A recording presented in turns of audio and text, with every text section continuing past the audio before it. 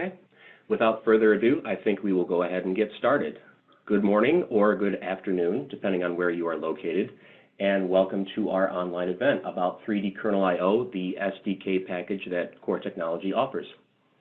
I think, David, we can go to the next slide.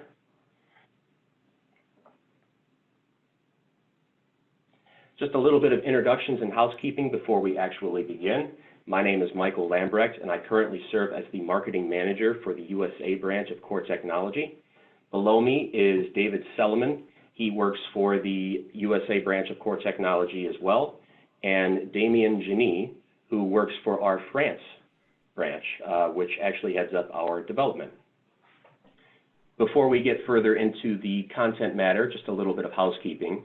You'll see on the bottom of this Zoom meeting here that you have a toolbar, including the Q&A function and chat function. Please, if you have a question or a comment, or you would like to see something again during the event, please use either of those functions to let us know, and we will read your question as soon as we are able to. So a little bit of an agenda. Beginning, I will talk a little bit about the company and the size of what we do around the globe. And then after that, we will be getting into the content of the product itself, Kernel I/O, and an actual technical demonstration for you to see how the software works. Okay, David, next slide. So a little bit about Core Technology as a whole. We are a global provider of CAD conversion and interoperability software. So that means that we are able to open, read, and write different formats of CAD, regardless of the format and without the need for the native licenses or the native APIs. The reason for this being is because we have our own libraries that allow us to access the binary code of the CAD data and read it and manipulate it ourselves. We have about 18 years of experience doing this within the field, and over that period of time, we have accumulated around 800 different customers within the software industry and over 30 different software partners. We are headquartered in Germany, and as I had mentioned before, our development mainly is headed up in France, but we have subsidiaries across the globe, including UK, France, Italy, Japan, and the United States. David, next slide. So the overall mission of what we wish to do is to make the exchange of 3D data and its associated data more fluid and easy for the industries that use 3D modeling and design. And the vision, the way in which we do that, is by offering the most sophisticated software suite of interoperability CAD software. So being able to fit into additive manufacturing, software development itself, or design and cleanup of models. Next slide, David.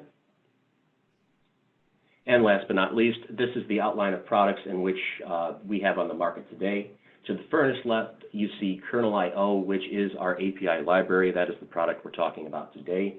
And again, it is the development kit that allows you to read in and write out 3D CAD formats within your own software. It gives you that an ability to import and manipulate the data. To the right of that is 3D Evolution, which is our main product, and it's mainly used for the conversion, cleanup, and writing out the changing of different CAD formats. Whereas on the right-hand side of that is 3D Analyzer. It has a lot of the same functionalities as Evolution, but it's mainly used as a viewer and an analysis tool. So you don't have that write-out function, you have the read-in and analysis parts of it. And then finally, to the right of that is 4D Additive. That is our footprint in the additive manufacturing industry.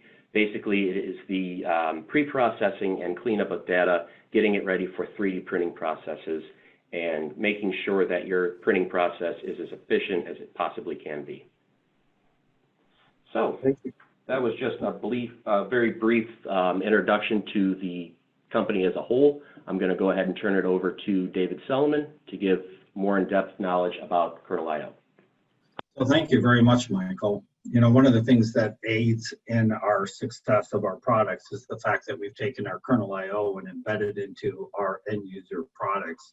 the 3D Evolution, 3D Analyzer, and 4D additive manufacturing. So when you look at required enhancements or specific bugs, they're getting reported amongst thousands of customers around the globe. Not only the customers that are using our 3D Kernel IO software itself, but more importantly, our end customers ourselves. So we experience the same events that our end user does. So a couple of the big players that are using our 3D Kernel IO you see on the page, interesting enough. So if you're running a specific requirements in a product lifecycle management system like P&G, they actually use the Kernel IO versus using our end user product because they don't really need a GUI interface.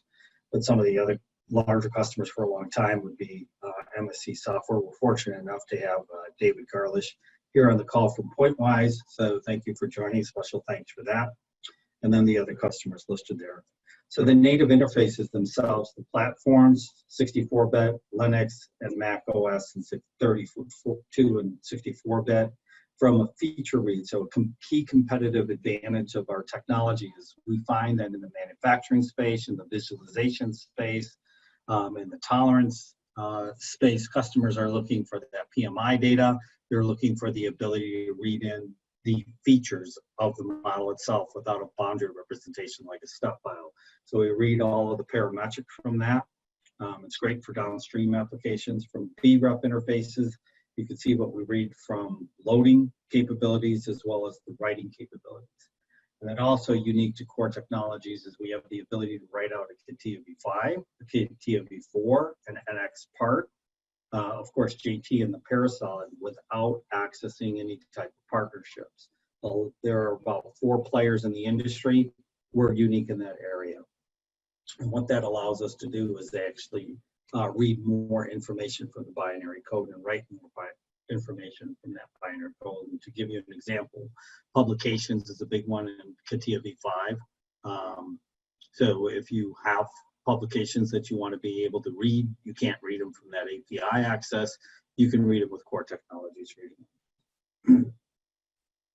So in addition to mentioning it earlier on, which is the parametric features, is that Parasolid, and then the reading interfaces not supported by our competitors are the V6, VDA, 3MF, FBX, EMF, and 3D XML. And then the writing interfaces I mentioned earlier as well. So repetitive, but it kind of gives you an idea of the key difference. So one of the other mentions that we are part of a consortium for LOTAR, which is long-term data retention. A lot of times folks are using that new file format, whether it's 239, the AP 239 or 242. And the purpose of that is it carries more information than the AP 214. We're finding a lot of our customers in the CAE space are asking for that information.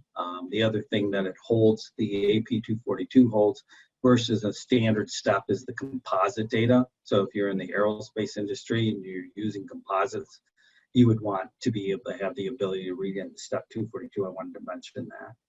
And then we also have some additional that you might not see today, and I wanted to bring it up as some additional modules that you can add on, whether it's thickness checker, backlash, bounding box, just a checker for product data quality. This is another strong competitive advantage in core technology solution, is not only can we heal the model as it imports as a solid, we can also take a look at the product data quality standards in the industry, whether it's German or Japan or US standards. We actually have the ability to read that in from an advanced tool capabilities and heal a model for those configuration.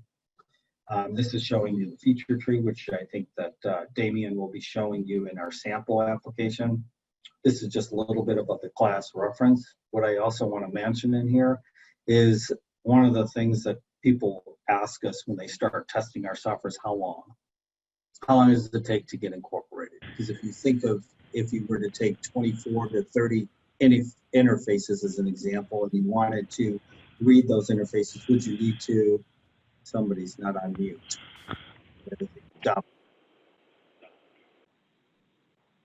Mr. Arnold, if you could, thank you.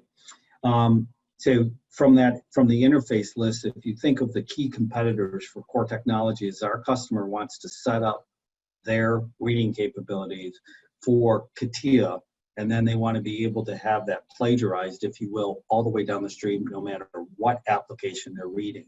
So CATIA NX Pro Engineer. So the DLL, and Damien will touch on that, it's very easy to implement and test. It's also easy when you're doing, if you think of, we have 4 releases a year, those releases are easy to exchange in your system.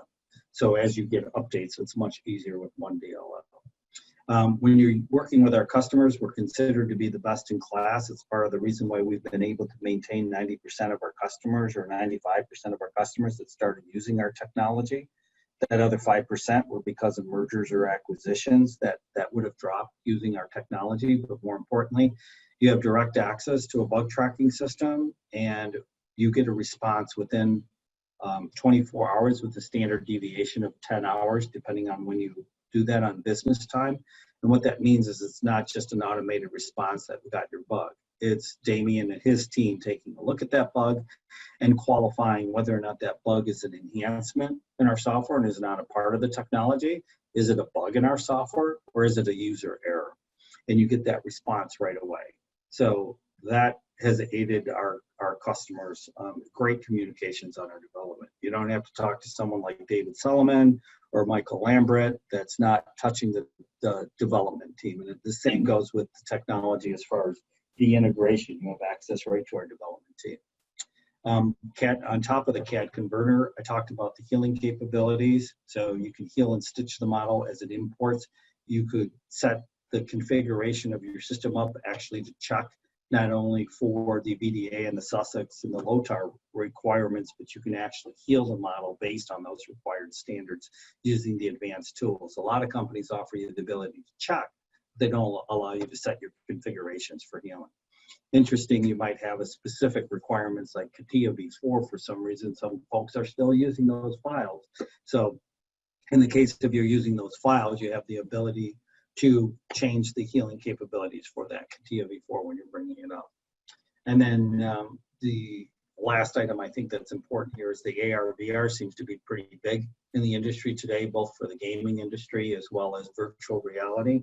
You have the ability to change the configuration for AR/VR if you're in that space, or you can change your polygon counts within the system, as well as simplify the model. I'm going to skip that. This one I'll leave up just for a minute. These are the standards that are implemented for the AP242 that I had mentioned. So everything that has been approved and certified, Core Technology has implemented. So the composite's a big one. Not only is it implemented in writing out the file, keep in mind a lot of CAD systems also write out those files. There may be a small differentiator between what Dassault writes out and what Core Technology writes out, because they're doing their own development on that. So it might be worthwhile testing 2 solutions if you're looking to write that out. But the validation checks is where Core Technology can read from that step file and validate it based on the requirements. Using the file format and then validating are 2 separate things. Some people just use the format for reading capabilities, so they don't necessarily use our validation properties in that. This talks about the model compare, which I mentioned earlier as an add-on module.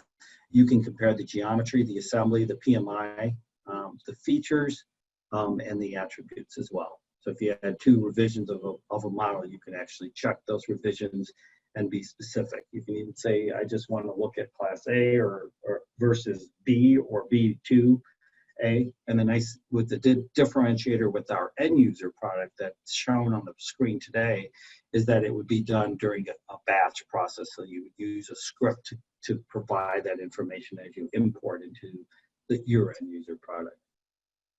Creating a bounding box, and then that I can now turn over to Damien.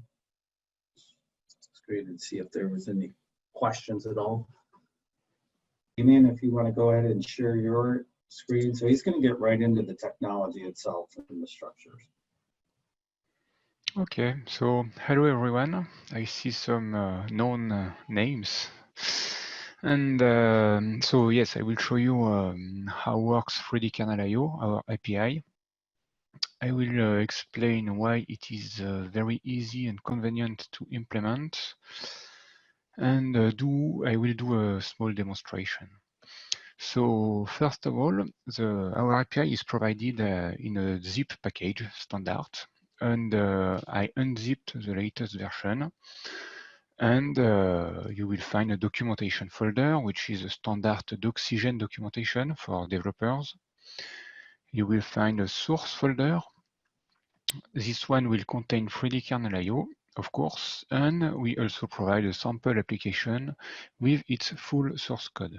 So the sample application is important because it's we try to call nearly all functions of 3D kernel IO inside that application. And since we provide the full source code, it's very convenient to help for teaching purpose and to debug problems when you encounter a problem. The sample application is based on Qt. I think you know Qt library. It's not mandatory to use it. It was just very convenient for us as it's multi-platform, and as you have seen, we also provide Windows, Linux, and macOS platforms. So that's why we use Qt. And for the display, we use OpenGL. But again, it's not mandatory. You can use whatever you want. 3D Kernel IO is really a standalone library which doesn't need any third-party library to work. So for display, for example, the tessellation, we provide triangles as standard X, Y, and Z value. We doesn't provide a specific OpenGL triangles or specific DirectX, etc. We only provide homogeneous and raw data. The other thing which is very important and very convenient is all our data structure is unified. That means we have only one loading function to load a CAD model. And to this function, you can specify some loading parameters, like if you want to load the historical construction tree, if you want to load composite data, if you want to load hidden object, etc. Most of the time, such options works for all formats, or at least for the formats which supports such data. For example, if you want to load historical construction tree on CATIA V5, it will work if you have the correct license. But if you try the same thing for a STEP or IGES model, which are format which doesn't support yet officially features, it won't work, but you will still get the geometry. Okay, so there is some fallback mechanism to avoid getting you blocked. So the unified data structure is very convenient because you do only one implementation on your side to load all CAD model. So maybe at the beginning you have a big prospect with a CATIA V5 installation and files. So in this example, you will get a bunch of CATIA V5 files and maybe few other CAD format files, but it's not a problem because the source code you will implement to get all the data you need from CATIA V5 files will also work if you load in some future a SolidWorks model, NX model, or some other format, Creo, etc. So that's why it's very convenient and a lot of time saving because you don't have to do the maintenance on a distinct implementation per format.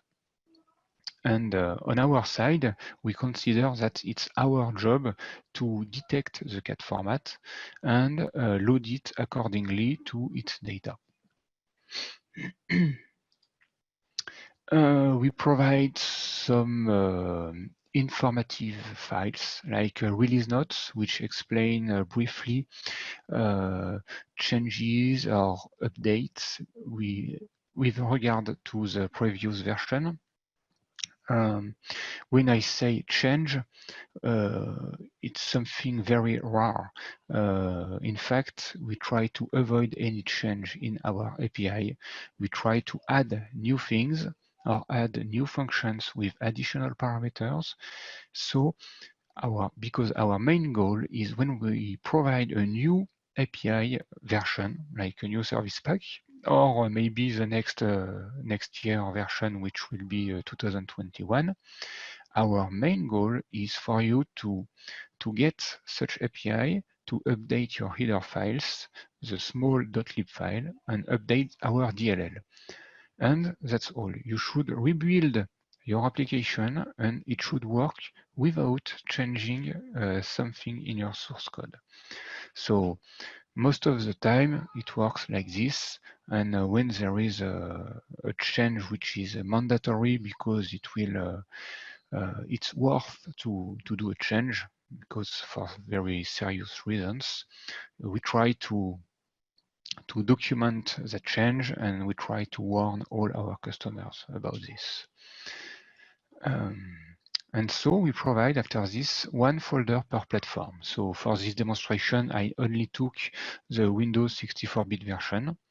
This one is built with Visual Studio 2010.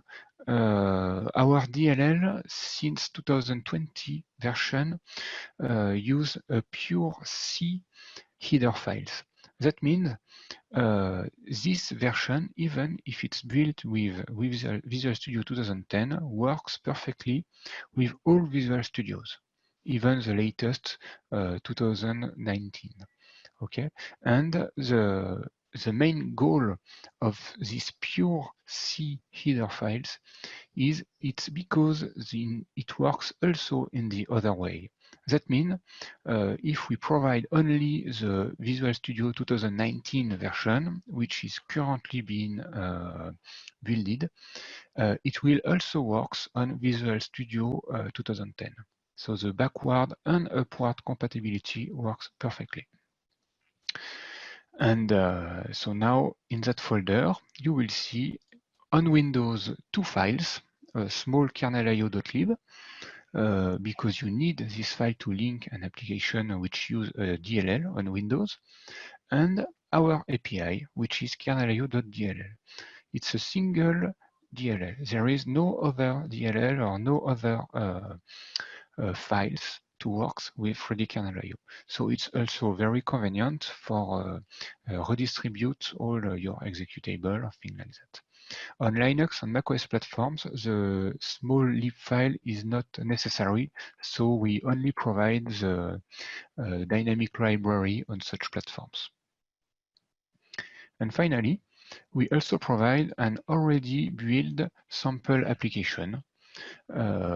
It's already built, but we also provide its makefile. So to build it on Windows with Visual Studio or a simple makefile on Windows on Linux and Mac, sorry, to build it. But for convenience purpose, we provide it already built also. So now I will launch it. The small bat file is very simple. It just set a few environment variables for Qt. And as you can see, and it goes one folder up just to, just to be in the same folder as the DLL, and that's all. Okay, so I will launch it.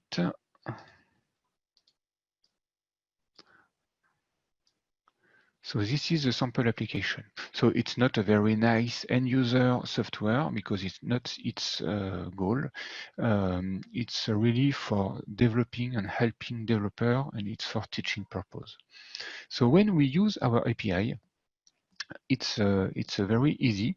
There is 2 lines of code to load a CAD file, regardless its CAD format.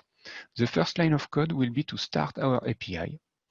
So it will do a license check or thing like that, and prepare our CAD kernel. And then you can load a CAD model with a single function, which is kernel.io load file. Just before loading, you can specify some loading options, like if you want to load the topology information, if you know that your file is a little old and maybe lack some topological information. If you are interested in such a thing, you can ask 3dkernel.io to complete the topology. So there is some healing and search algorithm.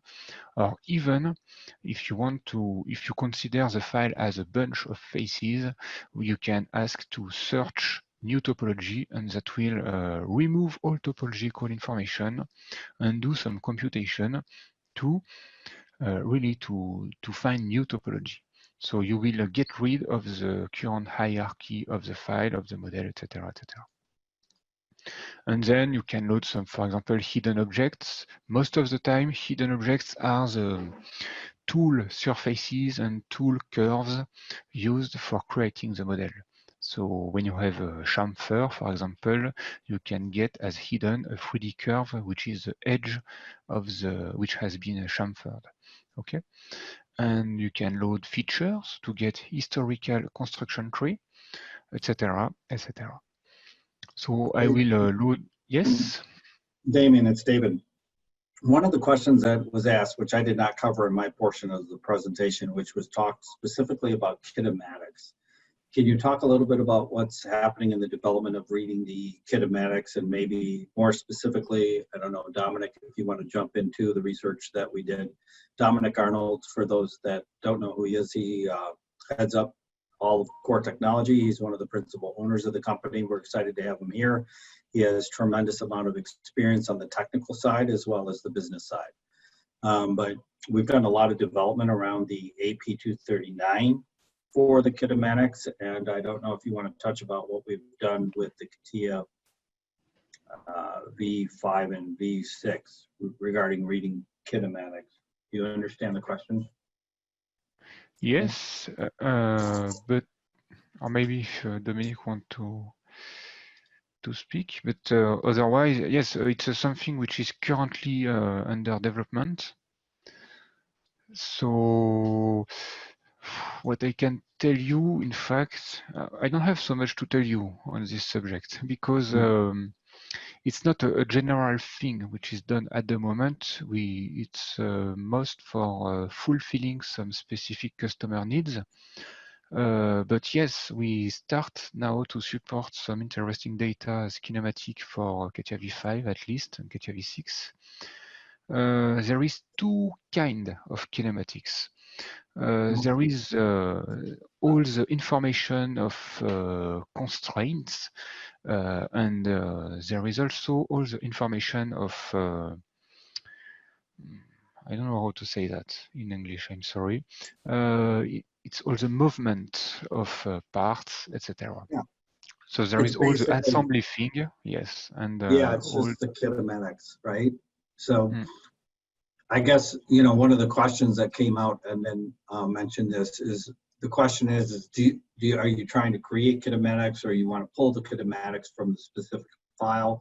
And then what file format are you interested in? I know right now we've spent a lot of time around CATIA because that has been the major questions from our customer. A lot of our development is pushed from that.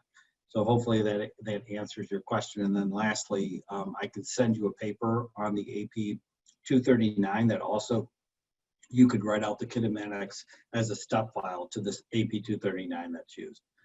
And I can send that out to you, Edmund, after the meeting. And if anyone else is interested as well. Thank you, Damien, for answering that question. Yeah, and in fact, yes, about the question about kinematics, also most of the time we don't develop new things like that because it's really a whole subject, kinematics, just for, I'm sorry to say that, but just for fun. Okay, so most of the time when we launch a project like this, or maybe something else, it's because there is some customers' demands behind, and there is really a big need or a big thing to do. So what in fact I can tell you is if you need kinematics, don't hesitate to contact us, and we will check with you specifically your needs and check what we can do internally if we have already something or not. We, instead of, especially for 3D Canal IO, because 3D evolution is a little different and 4D additive, etc. But for our API, we try to match our customer needs. So when you have something which can be interesting, you don't have to hesitate to contact us and ask us if we have some plan because of some other customers, or if it's not a plan at all, if it's something we can discuss. That being said, it's most of the time commercial discussion. So on my side, I'm the product manager of 3D Canal IO and 3D Analyzer, 3D Evolution, and I'm more the technical big contact for you than the commercial things. But indeed, it's still a good question because before going to the commercial discussions, we will need some information and technical information. So yes. Yes. So yes, we have already something about kinematics, and maybe we can discuss about your specific needs afterward. There is no problem about this. Is there some other questions? No, thank you so much. We can move on. So I will continue. So what I told you is I had one line of code to start our API, start our kernel, and then we will load a CAD model. So for example, I will drag and drop a small CATIA V5 file. And as you can see, it's loaded. You can see it on the screen. So just remember that everything you can see on my screen, we provide its source code. And at the moment, it's Qt with OpenGL rendering, not for some limitation, but because it was more convenient for us for the multi-platform thing. Okay, so maybe it's not the perfect model, but anyway, this is a CATIA V5 file. What I can do now is I can get its triangles with a small source code which will browse our data structure and get all triangles from all faces. And I can also get for all faces the exact geometry, because triangles are discrete. So it's useful for displaying something, but when we do some computation, triangles are just for playing, in fact. And when we need some precise computation, we need exact geometry. And in fact, in this model, for example, there is maybe a cylinder here as the blend. There is a plane here, etc. And all the surfaces have an exact definition. So for example, a plane, there is its normal, and there is a point of the plane. Okay, and about the cylinder, you will get an axis, you will get radius, etc. And once you get the exact surface, we also provide, of course, the trimming curves to give you the interesting part of the face. Because a cylinder is infinite, a plane is infinite, etc., etc. So this is for the exact geometry. And about the triangles, as David said previously, we provide some powerful mechanism of tessellation. So when a CAD model contains only exact geometry, which happen a lot, it doesn't contain any triangles. So that's why we have some tessellation algorithm which compute triangles from the exact geometry. I can display such triangles here, for example. And as you can see, oh, there is a hole on the other way. As you can see, it's quite optimized, because when there is a big face, I will just go back here to show you. When there is a big face, there is no need to put a lot of triangles. This is our default tessellation, but we can change such parameters, and they are on the top right of the sample application. The maximum sag is the maximum error allowed between the exact surface and the triangle. If a triangle is too far from the exact surface regarding this zag, we are going to split it and create two triangles to increase the precision.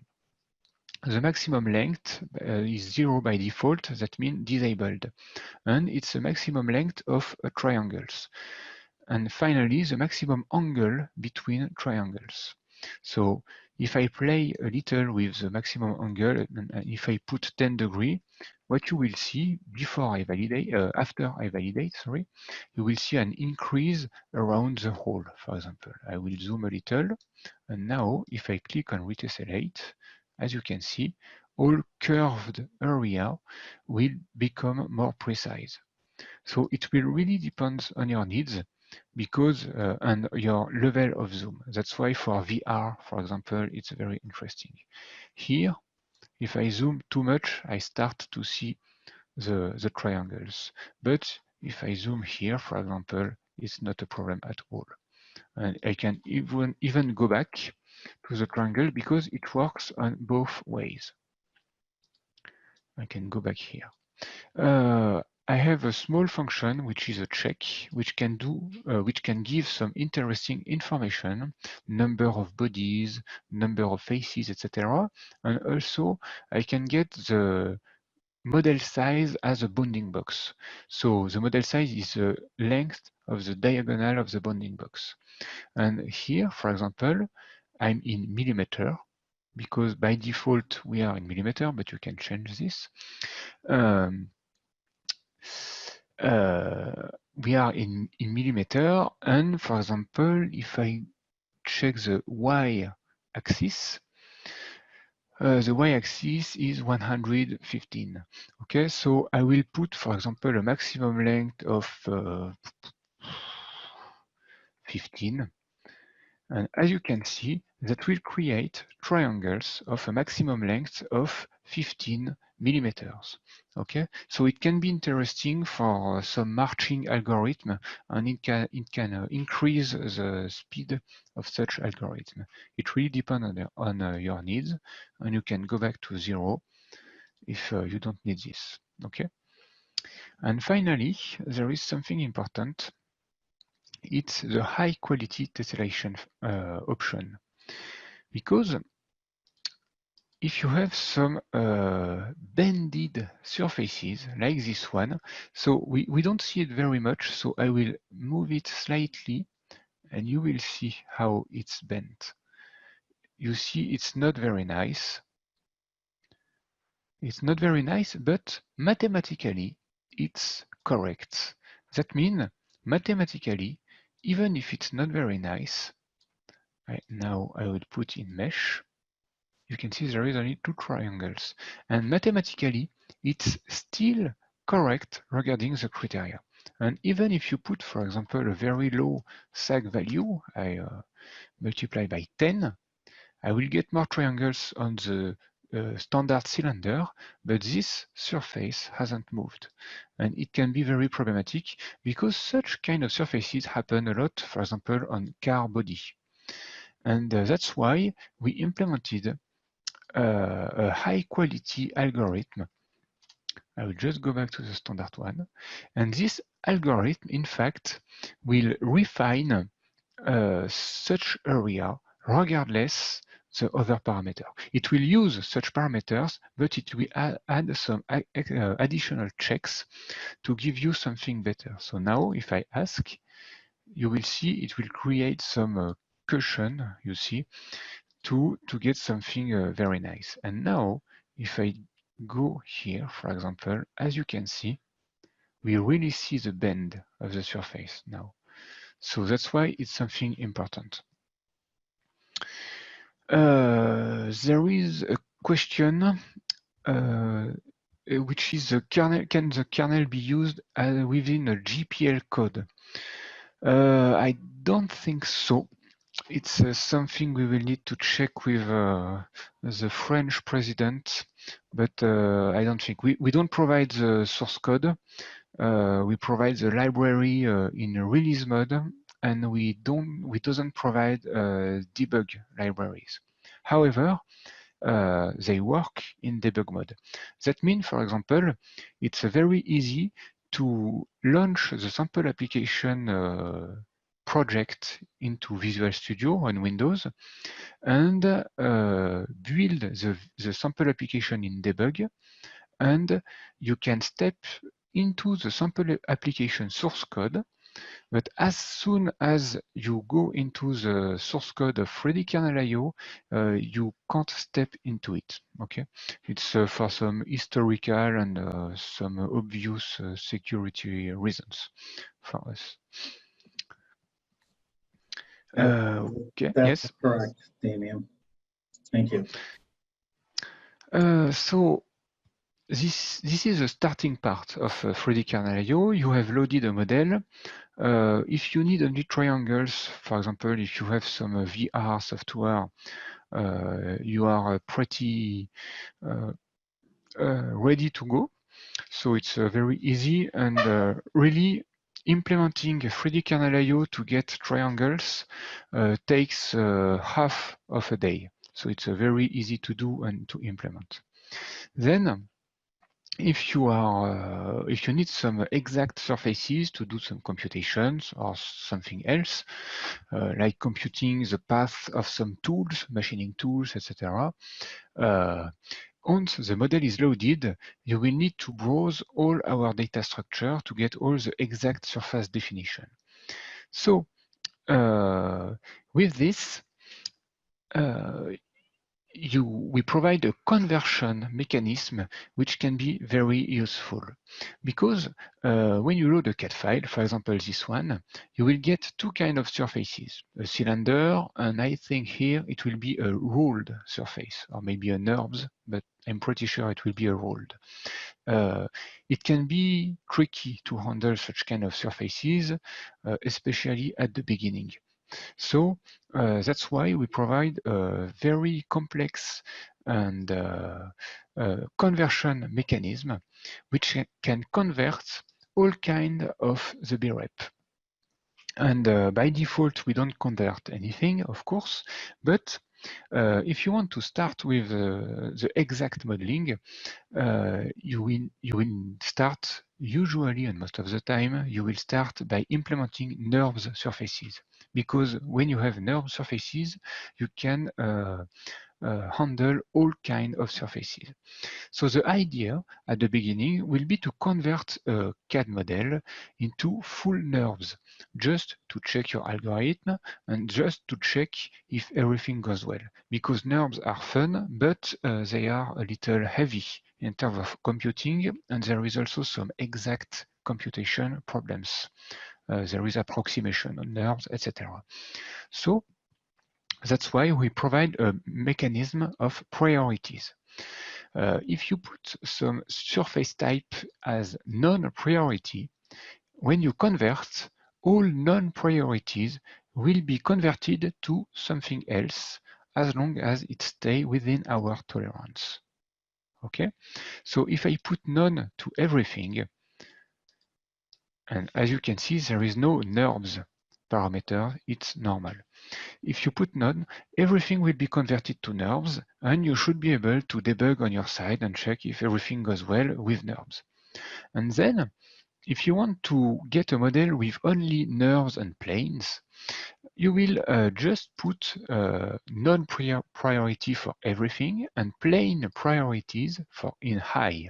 And in that case, the conversion process will try to convert all surfaces into a plane as long as it's mathematically correct within the tolerance. So thanks to this, you can work incrementally, and you will never be blocked. Sorry. So it's very important. You can also specify some NURBS parameter like maximum degree, joining, if you want rational NURBS or not, etc. The same apply for 3D curves. For example, if you have some specific hyperbola, composite or parabola curves, and if you don't want to deal with this, you can ask us to convert them into NURBS curves or lines, circle, etc. It's the same priority mechanism. You can specify the NURBS curves parameters. And after this, you can also ask to recompute parametric curves, which are the 2D parametric curves of the exact surfaces.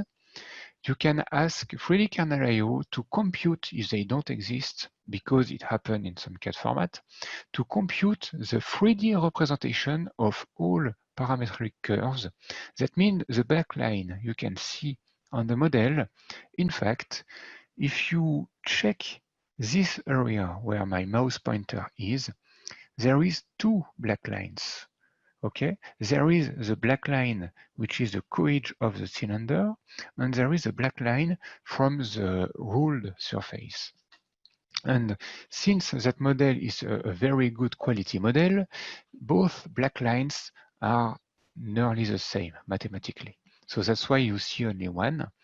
And you can, in some CAD format, so not in CATIA V5, but in NX, Parasolid, SolidWorks, or IGES file, even STEP sometime, you can also have a 3D representation of such black lines. And we have some customer who needs such a 3D representation, and when they load a CATIA V5 model, there is no 3D curves because CATIA V5 has a parametric CAD kernel, and parametric CAD kernel doesn't need 3D curves. So they don't have any 3D curves. So you can ask the conversion process to compute new 3D curves when they are missing on the whole model. And finally, when you deal with assembly, big assemblies or small assemblies, we don't care, you can have some options to find duplicates, create instances, or on the opposite, flat the whole assembly if you don't want to deal with transformation matrices.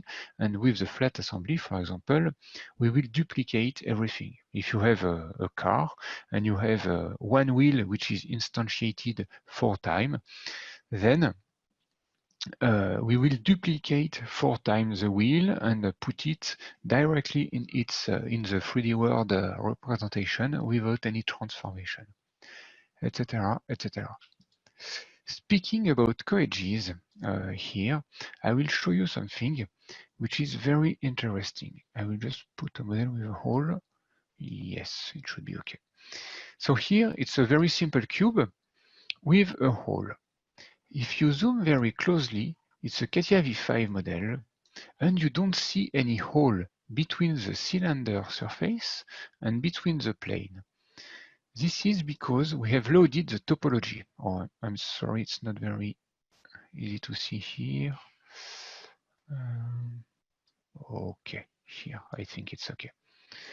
So now, if I zoom here, as you can see, there is the same vertices coordinates for the cylinder and for the plane. Hence, even if you zoom a lot, you will see the angular of triangles on a cylinder plane, but you won't see any hole. And that's why we provide a very clean tessellation, and it's very useful for a lot of customers. And now, even if I reduce the parameter, for example, I put, let's say, 20 times the quality is worse, okay?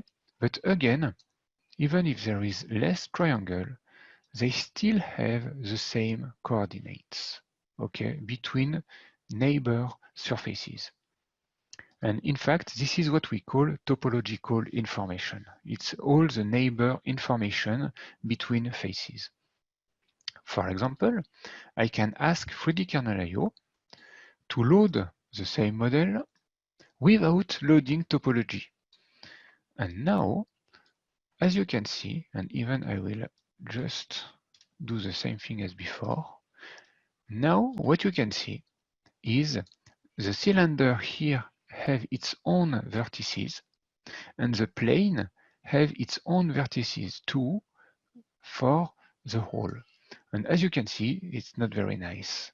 Okay, there is visible holes. I mean, not the real exact hole. There is real visible holes in the tessellation, which is not very nice. And here we can see through the model.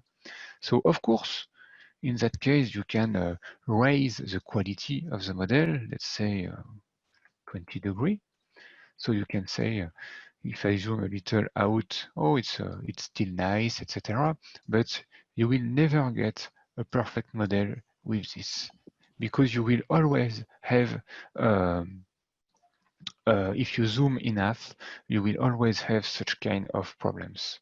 So that's why we provide the topological information option, and by default, it's enabled.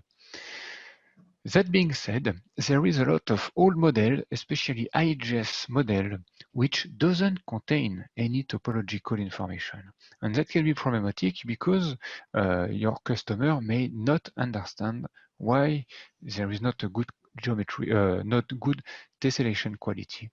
So we provide some algorithm which are able to find and compute the topology.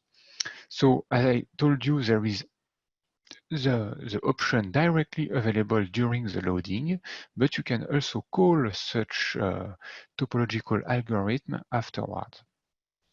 I will display the check results. And what you can see in green means free edges. A free edge is a co-edge without a neighbor. That means all such faces, even if the human brain see a perfect cube with nice holes, in the computer, it's only a list of faces, and there is absolutely no information between such faces, no link, anything. So that's why we have some algorithm, the skewing algorithm, for example, which is able to find back topology. Okay, so in that case, the skewing algorithm has found all information. Okay, it's perfect. And now, as you can see, it's the same tessellation as before, but now, if I ask 3Dkernel.io to compute a new tessellation, oh, I'm sorry, it has already done the computation when I switched, but if I ask after having found all the topological information, if I ask 3Dkernel.io to compute new triangles, it will use the topology information and then have the same vertices coordinates. So this is for the exact modeling. So in that case, the skewing has found all topological. It can be seen as a very magic tool. Don't get me wrong, it works because that model has a good quality. When you load a very old model with bad quality geometry, unfortunately, we are not magicians, and it help a lot, but maybe there is some hand work to do afterward if the model is very bad. So that's why we also have some other software like 3D Evolution, which is really easy to use to repair models. Now, do I have? Yes, I have another model, which is a CATIA V4 model. And I loaded it without topology information. So I will load it again with the topology call. And I will do a check. And now, as you can see, unlike the previous model, this model has some free edges, some imprecisions, and a maximum imprecision. So if you have a model with a lot of imprecisions, it's not really a problem, okay? If the maximum imprecision value is just higher the tolerance, like something like this, it's really not a problem, and you can consider it as a good quality model. But if you have a CAD file with only 1 or 2 imprecisions, but the maximum imprecision is very big, like 1 millimeter, it can be a real problem.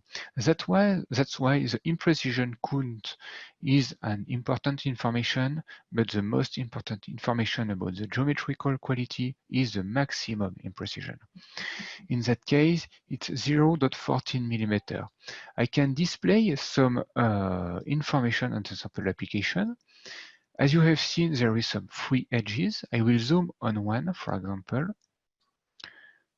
So the black lines are edges with neighbor information. And here, for example, there is a lack of neighbor information. And in fact, the real problem, I will try to show you, it's difficult when it's not your computer. Yes, here. In fact, the real problem is there is a missing face here. It's a hole. That's why there is free edges, because there is really no edge neighbor to match. Okay, and in that model there is also some imprecisions. Here, for example, so they are slightly higher than the tolerance. It's really not a big deal. Okay, and if I zoom a little, we can start to see the real problem. Okay, we can see that a face is going slightly over the other one, and they are not matching perfectly. So with 3dCanal.io, we also provide some global algorithm for healing such geometry. The healing tool has two ways of working. The first one is what we call the healing tool. It doesn't alter the geometrical definition.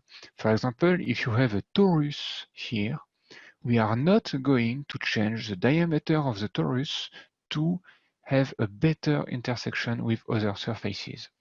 We are going to only move the co-edges on the exact surfaces to try to find a better intersection between the neighbor co-edges. Okay, it doesn't alter the surface definition, like the plane definition, cylinder definition, etc.